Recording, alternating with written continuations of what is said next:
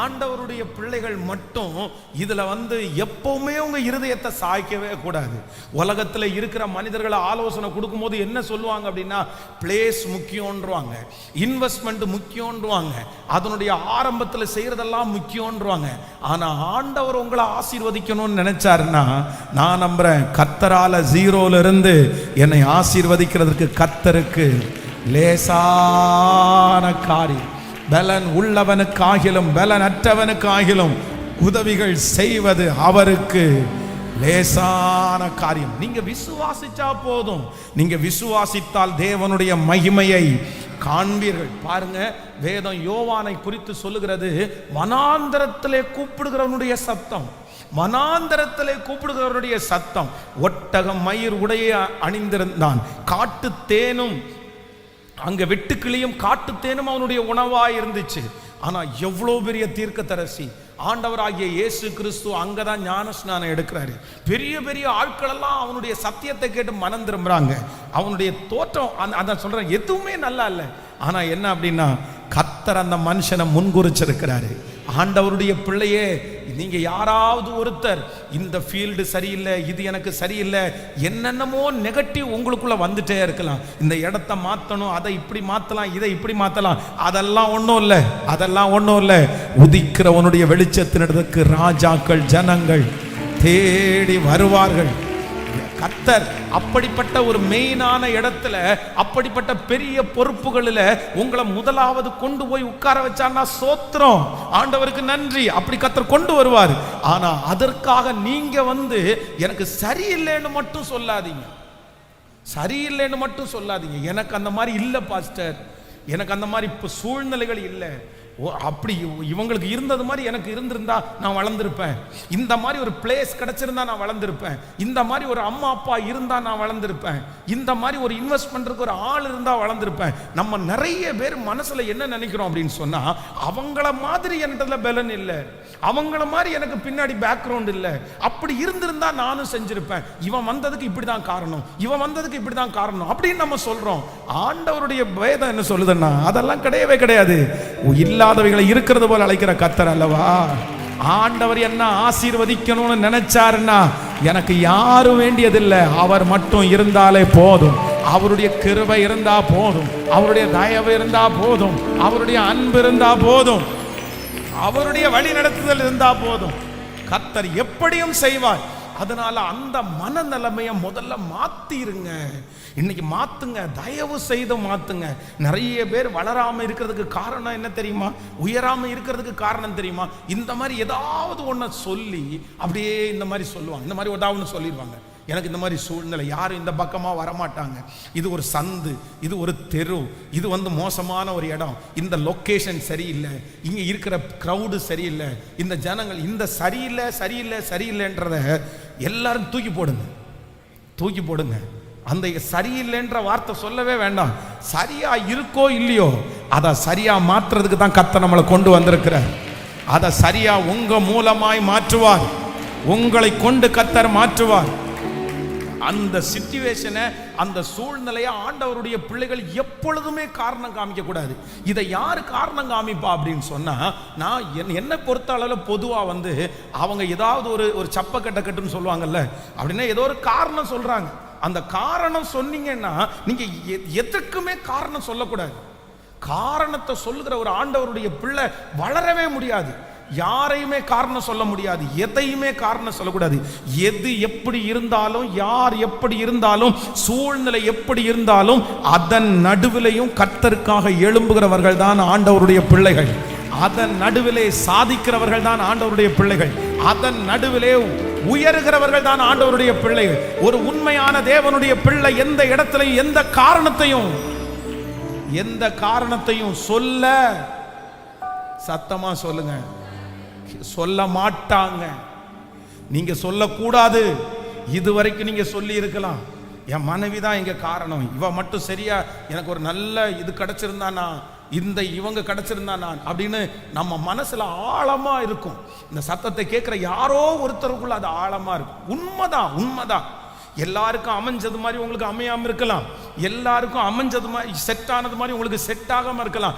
அமையாததுனால, set ஆகாததுனால நீங்க வளர மாட்டீங்க, உயர மாட்டீங்கன்னு யார் சொன்னா? யார் சொன்னா? உலகத்திலே வளர்ந்த எல்லாருக்கும் எல்லா சூழ்நிலைகளும் செட் ஆனதுனால வளரல. எல்லா சுத்தி இருக்கிற எல்லா சூழ்நிலையும் அவர்களுக்கு சாதகமா இருந்ததுனால அவங்க வளரல. சாதகமா இல்லைன்னாலும் சாதகமா மாற்றுகிற ஒருத்தரை நான் ஆராதிக்கிறேன். அவர் எனக்கு மாற்றுவார், அவர் எனக்கு லீடர், இதன் மத்தியில நான் இருப்பேன்னு நிக்கிறவர்களுக்கு ஹல்லேலூயா. 2 கரங்களை மேல உயர்த்தி முழு பலத்தோடு, இங்கே ஒரு யாகேல், இங்கே ஒரு சம்கார். ஹல்லேலூயா. இந்த சத்தத்தை கேட்கிற ஒரு சிலரை கர்த்தர் சம்கார் உங்க கையில இருக்கிறதுக்கு சாதாரணமான கோல் தான்.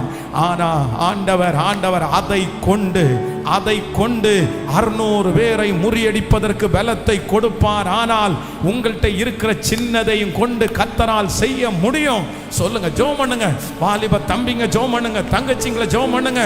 ஸ்தோத்திரம், ஸ்தோத்திரம், ஸ்தோத்திரம் இயேசப்பா. ஹல்லேலூயா. இங்கே யாகேலுடைய அபிஷேகத்தை தேவன் தருகிறதற்கு வல்லவர், கர்த்தர் தருகிறதற்கு வல்லவர். ஆண்டவர் ஒரு நாளும் அவமானம் அடைவதற்கு விடமாட்டார், அவமானம் அடைவதற்கு விடமாட்டார். ஏன்னா நீங்க அவருடைய பிள்ளைங்க. அந்த இடத்துல அவமானம் அடைய விடமாட்டார். அந்த குறைவில் ஆண்டவர் அவமானம் அடைய விடுவது இல்லை. ஹல்லேலூயா. அவமானம் அடைவதில்லை. அப்பா நான் உமது பிள்ளை, அப்பா நான் உமது பிள்ளை, ஒரு நாளும் அவமானம் அடைவதில்லை. பாடுவோம். அவமானம் அடைவதில்லை. அப்பா நான் உமது பிள்ளை, அப்பா நான் உமது பிள்ளை, ஒரு நாளும் அவமானம் அடைவதில்லை. சொல்லு. கண்கள் நீதிமானை பார்க்கின்றன, செவிகள் கேட்கின்றன. கண்கள் நீதிமானை பார்க்கின்றன, செவிகள் மன்றாட்டை கேட்கின்றன. ஈடுக்கண் நீக்கி விடுவிக்கின்றீர், ஈடுக்கண் நீக்கி விடுவிக்கின்றீர். இறுதி வரை என்னை நடத்தி செல்வீர், இறுதி வரை என்னை. விசுவாசத்தோடு சொல்லு. அவமானம் அடைவதில்லை. அப்பா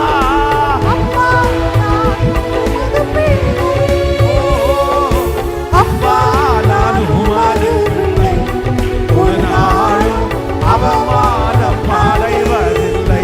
இயேசுவே அவமானம். அப்பா நான் உமது பிள்ளை,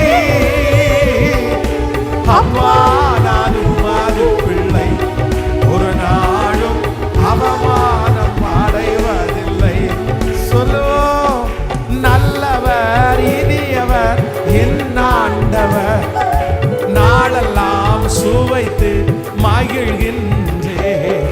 நல்லவர் இனியவர் என் ஆண்டவர், நாளெல்லாம் சுவைத்து மகிழ்கின்றேன். உண்மையாய் அவரை தேடும் எனக்கு, உண்மையாய் அவரை தேடும் எனக்கு ஒரு நன்மையும் குறைவதில்லை, ஒரு நன்மையும் கூரை. சொல்லு. அவமானம் இயேசுவா, இயேசுவே உங்க கிருபை, உங்க கிருபை, உங்க கிருபை அவமானம் அடைவதில்லை. சொல்லிக்கொண்டே அவமானம் தம்தனம்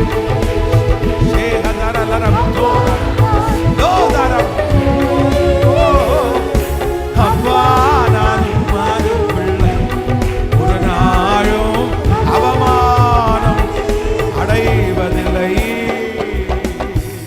ஹல்லேலூயா. பிசாசுதான் சூழ்நிலையை காரணம் காமிச்சு பிசாசு தான் நமக்கு இருக்கிற இந்த சிச்சுவேஷன் எல்லாம் நமக்கு முன்னாடி கொண்டு வந்து இது இல்லாததுனால இது இல்லாததுனால இது இல்லாததுனால அப்படின்னு சொல்லும்போது ஆண்டவருடைய பிள்ளைகள் நம்பவே வேண்டாம். ஆண்டவருடைய பிள்ளைகள் நம்பவே வேண்டாம். எனக்கு ஒரு பெரிய வெளிச்சம் இருக்குது. ஆண்டவர் நம்மை பெரும் பாதைகளிலே கர்த்தர் நடக்க பண்ண போறார். நமக்காக ஹைவேஸ் ஓப்பன் ஆக போகுது. கர்த்தர் நமக்காக பெரும் பாதைகளில் உங்களையும் என்னை நடக்க பண்ண போகிறார். குறுகின பாதைகளிலிருந்து கர்த்தர் எடுக்க போகிறார். சந்து பொந்துகளிலிருந்து கர்த்தர் நம்மளை கொண்டு வர போறார். இது தீர்க்க தரிசனமான வார்த்தை. இது கர்த்தருடைய வார்த்தை. இதை நம்புறவங்களுக்கு அப்படியே நடக்கும். அவ்வளவு பெரிய தேவனை நம்ம ஆராதிக்கிறோம். ஆமென். தேவனுடைய மனுஷன் மோசே என்ன சொல்றாரு? எனக்கு திக்குவாய் அப்படின்றாரு, மந்தனாவு அப்படின்றாரு. உடனே ஆண்டவர் என்ன சொன்னார்? ஐயோ அப்படியாப்பா, திக்குவாயாப்பா, மந்தனாவாப்பா, அப்படின்னா நீ போக வேண்டாம்ப்பா அப்படின்னா சொன்னாரு. ஆண்டவர் உடனே என்ன சொன்னார் தெரியுமா? மனுஷனுக்கு நாவை உண்டாக்கினவர் யார்? கர்த்தராகிய நான் அல்லவோ. ஊமையனையும் செவிடனையும் பேச வைக்கிறது யாரு? ஊமையனை பேச வைக்கிறதுக்கும் செவிடனை கேட்க வைக்கிறது யாரு? இன்றைக்கு ஆண்டவர் இந்த சத்தத்தை கேட்கிற நிறைய பேரிடத்துல அப்படிதான் சவால் விடுறாரு. நீங்க ஏதோ ஒரு காரியத்தை சொல்லி சொல்லி இப்படியே நீங்க சொல்லிட்டு இருக்கலாம். ஆண்டவரே திக்குவாய், ஆண்டவரே மந்தனாவு, ஆண்டவரே அது பிரச்சனை, ஆண்டவரே இது பிரச்சனை, கர்த்தாவே இப்படி வரல, ஆண்டவரே இப்படி வரல. கர்த்தர் உங்களை பார்த்து சொல்றாரு, இல்லப்பா, அப்ப இத்தனை பேருக்கு கொடுத்தது யாரு? இத்தனை பேரை ஆசீர்வதிச்சது யாரு? ஆட்டு இடையனா இருந்த அந்த தாவீதை ராஜாவாய் மாற்றினது யாரு? கழுதையை தேடி வந்த அவனை கர்த்தர் இஸ்ரவேலின் ராஜாவாய் மாற்றினது யாரு? கர்த்தராகிய நான் அல்லவோ, கர்த்தராகிய அவர் அல்லவோ. இன்றைக்கு நிறைய பேரிடத்துல கர்த்தர் சவால் விட்டு சொல்றாரு, உங்க முன்னாடி வந்து நின்னு சொல்றாரு, நான் அல்லவோ, கர்த்தராகிய நான் அல்லவோ. அவர்களை ஆசீர்வதித்தது கர்த்தராகிய நான் அல்லவோ. அதிலிருந்து விடுதலை கொடுத்தது கர்த்தராகிய நான் அல்லவோ. அவருடைய வல்லமைகள் குறைந்து போகவில்லை. அவருடைய வல்லமைகள் குறைந்து போகவில்லை. அவருடைய அற்புதங்கள் மாறி போகவில்லை. இன்றைக்கும் இயேசுவின் நாமத்திலே அற்புதங்கள் நடக்குது. அந்த அற்புதங்கள் அவர்களுக்கு மட்டுமல்ல, எனக்கு நடக்க போகுது, உங்களுக்கு நடக்க போகுது. கைகளை தட்டி அபிஷேகத்திலே நிறைந்து அந்த வார்த்தையை பெற்றுக்கொண்டு ஸ்தோத்திரம், ஸ்தோத்திரம், ஸ்தோத்திரம், ஸ்தோத்திரம். எழுந்து நட, எழுந்து நட. இது இனி காரணம் சொல்லக்கூடாது. இனி காரணம் சொல்லக்கூடாது. இனி என் வாயிலிருந்து அது வரக்கூடாது. கர்த்தர் சொல்றார், எழும்பு, எழும்பு சீயோனே, உன் ஓ ஹalleluya உதறி தள்ளு. சோம்பேறி தனத்தை உதறி தள்ளு. நெகட்டிவ் தாட்டை உதறி தள்ளு. அவிசுவாசத்தை உதறி தள்ளு. அதல்ல ரபஹதரமா. கர்த்தராகிய நான் அல்லவோ. ஆமென். Thank you Jesus.